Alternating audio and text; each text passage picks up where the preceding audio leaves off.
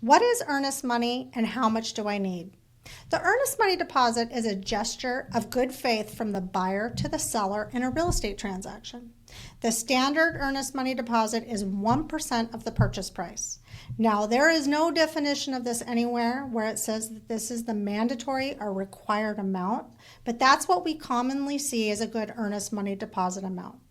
As a buyer, when you go under contract, meaning you have an accepted offer between both the buyer and the seller, it's the buyer's responsibility to put a little good faith money down. Now, this means that you are putting down a part of your down payment or closing costs up front. That is called your earnest money deposit.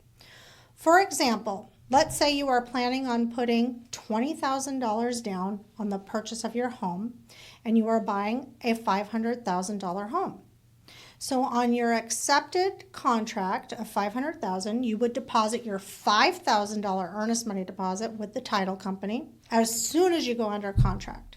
The money will then be held at the title company, which is, once again, the middle party between both the buyer and the seller until closing.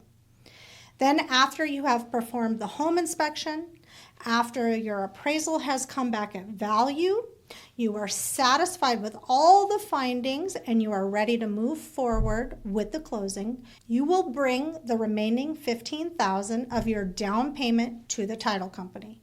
Because you have already paid $5,000 earnest money, you would subtract that from your $20,000 down payment. So you will just bring the remaining $15,000 of the down payment to closing.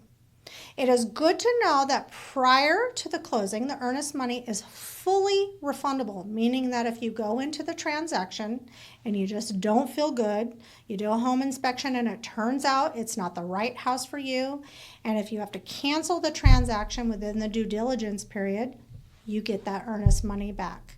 It is fully refundable. Now, if you try to cancel the transaction at the very end, like a couple days before closing, outside of the due diligence periods, you could lose your earnest money deposit if it isn't done correctly. That is where we help you through the transaction to know when those time frames are so we protect your earnest money deposit. Hopefully this is helpful when explaining the earnest money. There are also some tactics to be strategic with your earnest money deposit. For example, if you are trying to really get aggressive with your offer and you really want to impress the seller, you can increase the earnest money deposit to a very high amount that you still fits within your budget and your down payment. That's a friendly tip to get you a better deal and get your offer accepted.